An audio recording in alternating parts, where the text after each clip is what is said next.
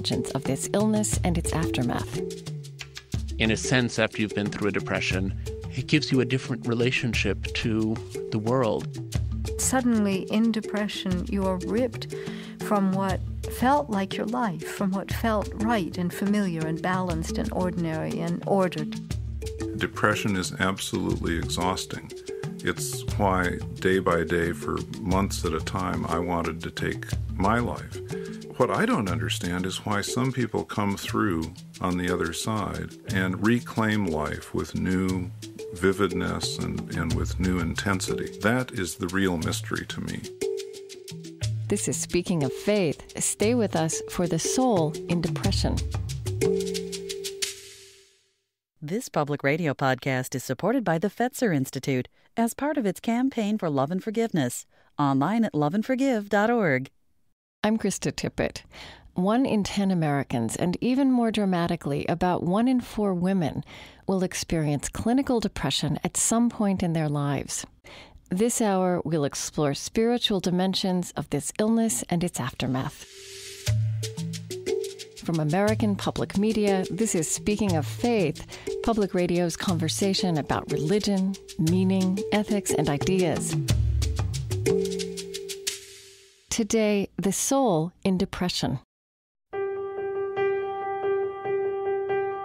As a society, we're increasingly aware of the many faces of depression, and we've become conversant in psychological analysis of depression and medical treatment for it. But there is a growing body of literature by people who've struggled with depression and found it to be a lesson in the nature of the human soul. Such insights are scarcely possible while one is in the throes of depression, but they can come later after a process of recovery and healing. I have experienced severe depression, and when we first created this program several years ago, I took the making of it as an occasion to walk with some trepidation back through the spiritual territory of despair. The voices of this hour span a range of varieties of depression and religious perspective. Anita Barrows is a poet, psychologist, and Buddhist practitioner. Parker Palmer is a Quaker author and educator. My first guest, Andrew Solomon, is the author of The Noonday Demon, an atlas of depression, for which he received the National Book Award and a Pulitzer Prize nomination. And when I was going through the depression, I had the sense that many of the qualities by which I had defined myself were abandoning me, and that I was no longer the person whom I had previously been.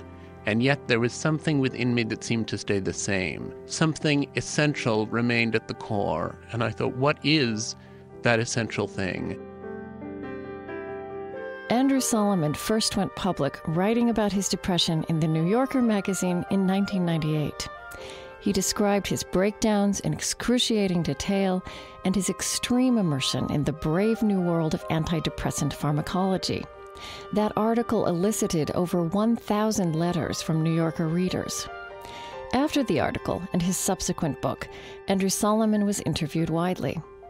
What struck me as I listened, as a survivor of depression myself, was how Andrew Solomon's questioners tended to focus on his physical collapse, and not on his eloquent insistence between the lines that depression for him was also a spiritually revealing experience. And Andrew Solomon is not a religious person. His mother's death when he was 27 triggered his first major depression. As he recounts in his book, The Noonday Demon, she committed a planned suicide in the presence of him, his father, and his brother to end a bitter struggle with cancer. Andrew Solomon realized later that the opposite of depression is not happiness, it is human vitality. And in a life of vitality, even pain has its place. He now traces the onset of his depression from his incapacity to grieve the death of his mother. The passage from grief into nothingness was very alarming and very strange. There was a sense, I still would have said, I'm terribly upset that my mother died and so on and so forth, but the feeling went out of it. And right. I think that's why when the feeling comes back, you think, oh, this is a soul, this is a spirit, this is something profound and alive, which returned to me after taking a leave of absence. I think what I found really refreshing about your book and something that I don't think is out there enough is, what depression really is and what it really is not. It's not sadness.